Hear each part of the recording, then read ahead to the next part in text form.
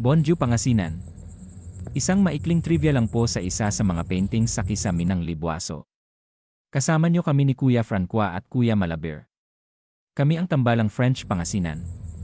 Ating sariwain ang munting kwento mula sa kultura ng Europa sa English at Filipino. On the 2nd of December, 1804, the Cathedral of Notre Dame de Paris was the stage on which the coronation of Napoleon I was played out, in the presence of Pope Pius VII. The new emperor broke with tradition by crowning himself and pronouncing an oath guaranteeing the preservation of the gains of the revolution. Matapos ipagbawal ang Katolisismo ng Rebolusyong Pranses, ang paanyaya ni Napoleon kay Pope Pius VI na pumunta at italaga siya sa Notre Dame ay bahagi ng patakaran ng emperador na ipagkasundo ang mga Katoliko sa rehimen, ngunit upang markahan din ang kanyang kapangyarihan sa Katolisismo.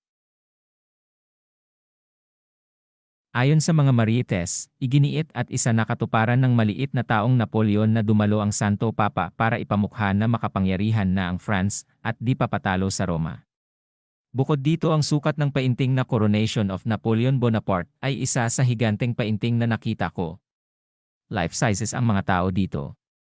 Ang sukat ng painting ay 6 meters high and almost 10 meters wide. It is certainly an impressive work, giving the viewer a sense of actually attending the ceremony.